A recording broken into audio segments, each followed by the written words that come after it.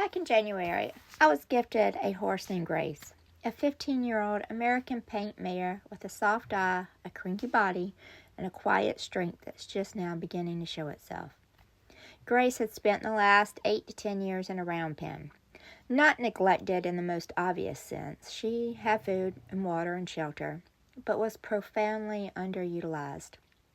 Her body slowly atrophying in the absence of movement, connection, and purpose. Imagine a middle-aged woman who's lived her entire life in a studio apartment, well-fed but never asked or invited to go for a walk, to play, to move freely. And then one day she's just let out into the world and expected to walk miles, engage with others, stretch, move, maybe even dance again. That's Grace. When she arrived, she was morbidly obese. Her hooves had been left undone more often than not, and the simplest request, like picking up a foot, was a massive challenge. Now that we've slowly and carefully taken the weight off, what's left is a mare whose muscles are confused about their jobs. The areas that should be strong are weak, and the parts that shouldn't be doing the heavy lifting have been overcompensating for years. Her top line's gone, her hind end underpowered.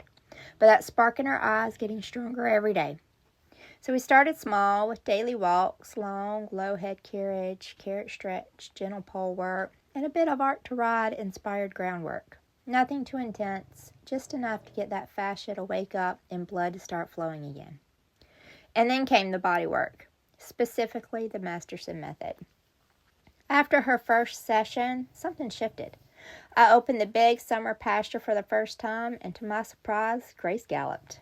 Really galloped. She thundered across that field with her pasture mates, tail high, nostrils flaring, like a woman who just remembered what it felt like to run.